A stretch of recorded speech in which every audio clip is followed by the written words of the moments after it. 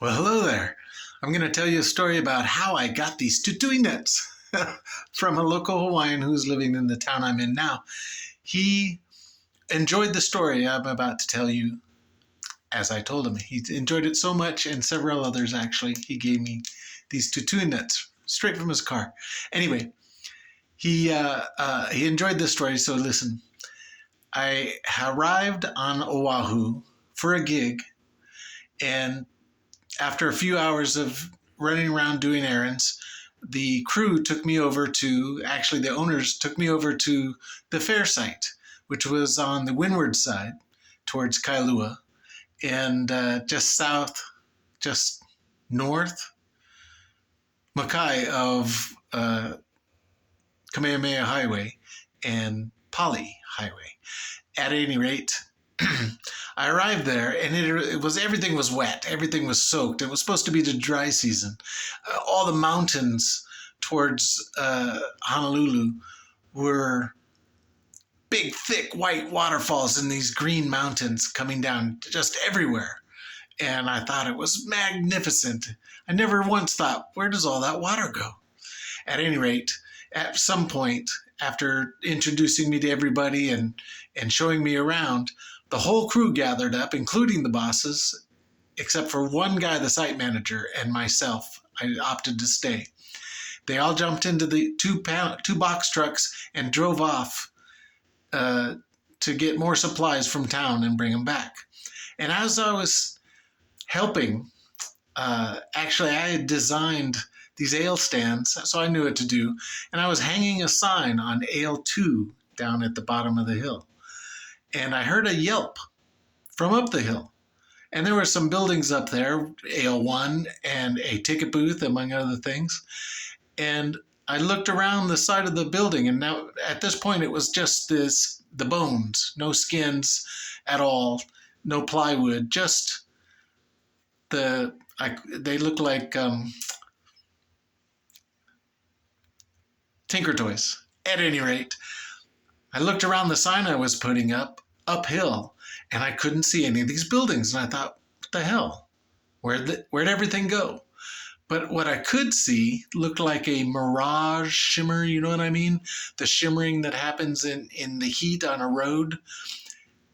Or the only other way to describe it was it looked like the Predator, his camouflage.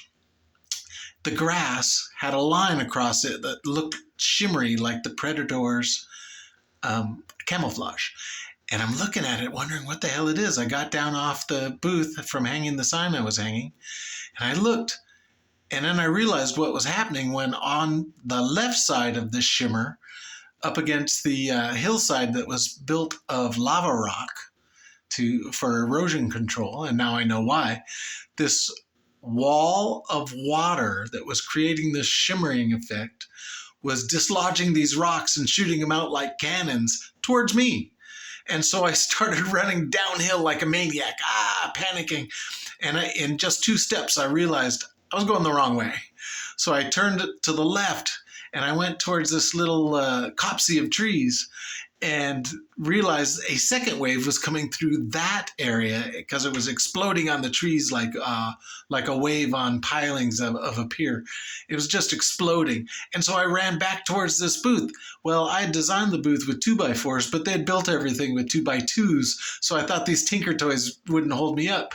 So I turned back towards the uphill, and a big boulder flew past me. So I ran downhill again, and long story short, I made the same decision 8 or 10 times, and I ran around in a tight little circle because I kept making the same decisions, and they kept being bad decisions. So I ended up running around in a circle so fast that I was running at a tight little angle to the left, and I eventually dug a circle of dirt that was about 15 feet in diameter.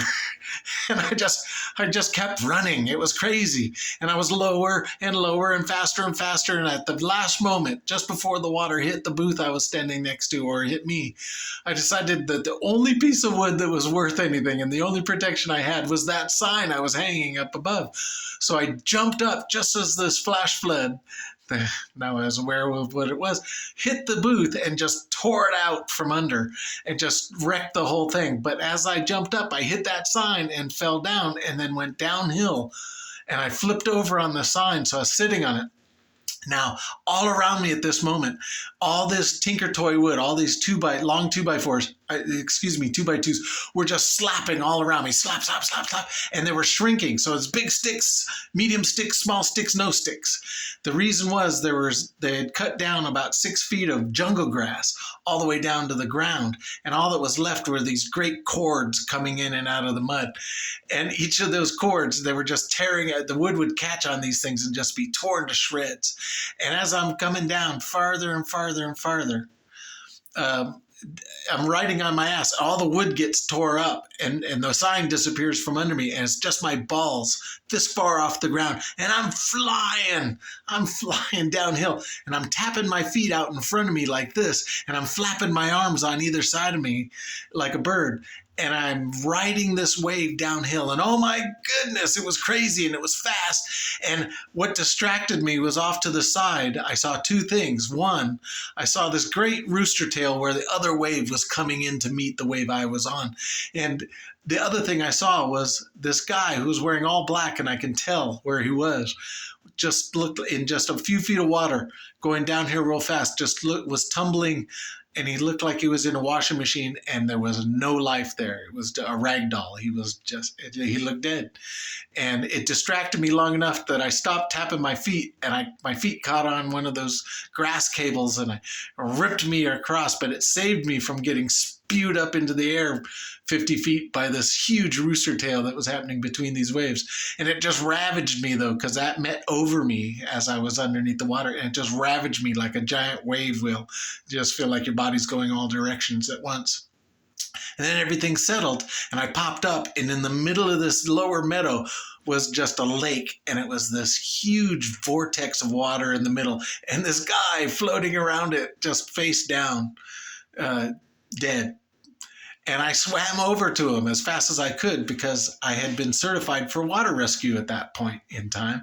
And I swam up to him and I got him and I started swimming away from the vortex and as best I could. And the water was just sucking out of the meadow through this vortex, and it didn't suck us down. I managed to stay out of it with both of us until the water came down and I could stand, and eventually the water just sucked out, and I kept this guy and I got him all the way to the ground doing water rescue till there was ground beneath us, and then I did full-on CPR, and I was able to get this guy.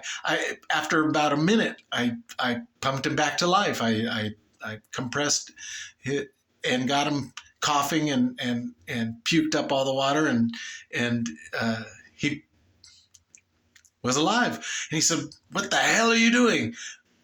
What am I doing sitting here in the mud? Why am I all wet? Oh my God, what happened?"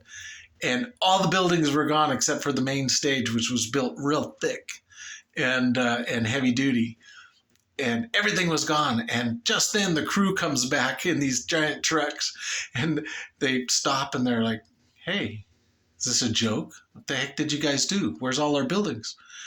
And I said, "I think it's all downhill." And we all walked downhill because they didn't believe us, or me. I was the only real witness. And we all walked downhill, including the guy I saved. He wasn't that hurt. And we got to the bottom of the hill to the tennis courts, these large tennis cyclone fences. And all the wood was splinters. It looked like a snow drift of splinters up against the wood. And that's how I survived a flash flood. My very first day on Oahu in Hawaii. And the guy liked the story so much I told it to. He went to his car and gave me these 2 tui nuts and said I was just as Hawaiian as anyone. Thanks for listening.